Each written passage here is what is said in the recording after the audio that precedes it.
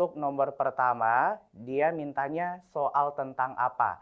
Nah, adik-adik coba perhatikan soal. Jadi kalau adik-adik perhatikan di soal pertanyaan pertama, di situ dikatakan penggunaan tanda baca yang kurang tepat.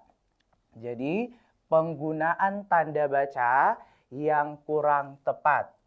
Nah, adik-adik, kalau kita berbicara mengenai tanda baca, itu kan ada banyak ya, tanda petik dua, tanda koma, tanda titik dua, tanda hubung, dan seterusnya.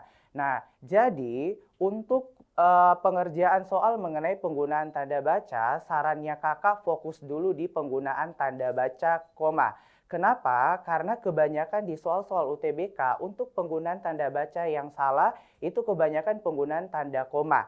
Jadi, dua kemungkinan di soal tersebut.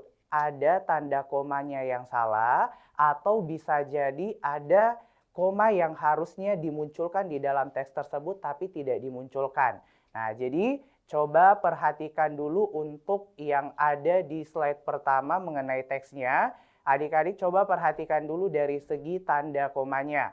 Oke, kalau kita lihat di opsi itu dimulai dari kalimat pertama. Jadi kalimat pertama di situ dikatakan sebelum mulai bersih-bersih, matikan ponsel Anda dan lepas semua aksesori pendukung seperti casing HP.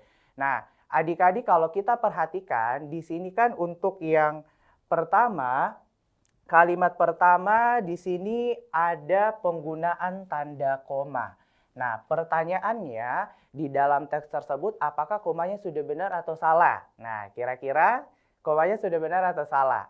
Nah, jadi di sini karena ada keterangan waktu atau urutan waktu yang menandakan kalimat itu otomatis dimulai dari keterangan. Jadi kalau misalnya di kalimat itu mulai dari kata yang menunjukkan keterangan atau konjungsi atau preposisi, biar jelas subjek predikatnya kita harus berikan tanda koma sebagai pemisah antara anak kalimat dan induk kalimat. Berarti dalam hal ini kalau kita cek untuk penggunaan tanda komanya sudah benar ya. Nah, sekarang adik-adik coba perhatikan dulu. Di kalimat selanjutnya di situ dikatakan matikan ponsel Anda dan lepas semua aksesori pendukung seperti casing HP. Apakah di kalimat itu harus ada koma atau tidak? Nah, sekarang ada tips dari kakak. Jadi kalau misalnya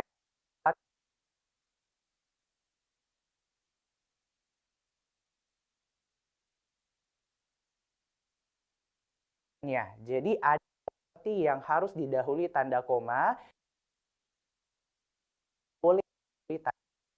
Nah, untuk lebih jelasnya kakak jelaskan dulu.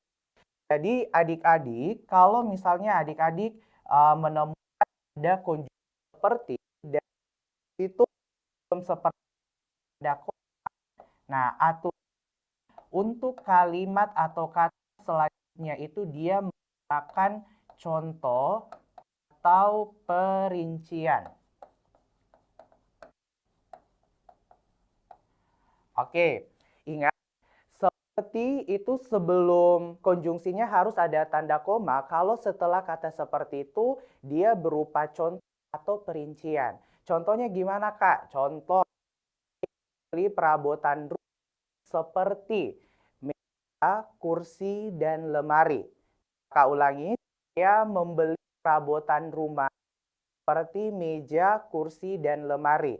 Kalau adik perhatikan kata seperti, di situ dia memberikan contoh perabotan rumah. Dan dijelaskan di situ ada meja, kursi, dan lemari. Karena setelah seperti itu menyatakan contoh atau perincian, maka sebelum seperti itu harus ada ya. Jadi itu kata kunci yang pertama. Terus untuk kasus kedua, kalau misalnya di teksnya terdapat konjungsi seperti, tapi tidak didahului tanda koma, maka setelah kata seperti itu dia berupa perumpamaan. Oke. Jadi adik-adik, kalau misalnya setelah kata seperti itu dia berupa perumpamaan, maka dalam hal ini dia itu tidak boleh didahului tanda koma. Contohnya apa Kak? Contohnya, kamu seperti pahlawan. Kamu seperti pahlawan superhero. Nah, jadi dalam hal ini dia mengumpamakan kalau misalnya si tokoh kamu dia seperti pahlawan superhero. Nah, karena dia berupa perumpamaan, maka sebelum seperti itu tidak boleh ada tanda koma. Contoh lain, kamu seperti harapanku, kamu seperti halamanku. Nah, jadi ingat kalau misalnya sepertinya berupa perumpamaan setelah kata seperti itu, maka tidak boleh ada tanda koma. Jadi adik-adik lihat dulu, kalau misalnya ada konjungsi seperti, lihat. Setelah kata seperti itu dia berupa contoh atau perumpamaan. Dan kalau kita lihat, setelah seperti di kalimat satu, di sini dia jelaskan ada kata casing tambahan. Nah, kalau kita baca secara keseluruhan sebelum mulai bersih-bersih, matikan ponsel Anda dan lepas semua aksesori pendukung seperti casing HP. Atau pertanyaannya kakak, adik-adik lihat di situ casing HP atau casing tambahan, ini dia berupa contoh atau perumpamaan. Nah, jadi casing tambahan dia itu berupa contoh ya. Jadi harusnya sebelum konjungsi seperti itu dia harus ada tanda komanya karena dia berupa contoh atau perincian, yaitu menjelaskan tentang contoh berupa aksesori pendukung. Jadi dalam hal ini sudah kita dapatkan jawabannya ya. Kalau misalnya ternyata untuk kesalahan penggunaan tanda baca yaitu ada di kalimat pertama yang dimana sebelum seperti itu harus ada komanya.